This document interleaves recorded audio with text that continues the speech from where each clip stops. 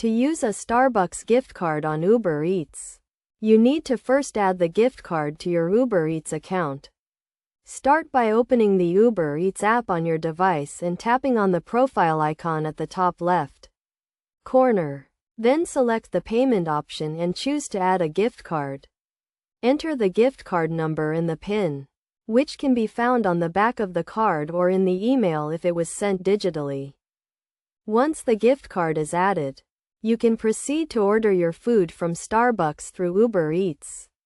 Browse the Starbucks menu on Uber Eats and select the items you want to order. When you are ready to check out, select the gift card you just added as your payment method. The amount of your order will be deducted from the gift card balance. If the gift card balance is not enough to cover the full cost of the order, you can use another payment method to pay the remaining amount. Make sure to check the gift card balance before placing your order to avoid any inconvenience. It is also important to note that not all Uber Eats locations accept gift cards. So it is a good idea to check with your local Uber Eats to see if they accept gift cards.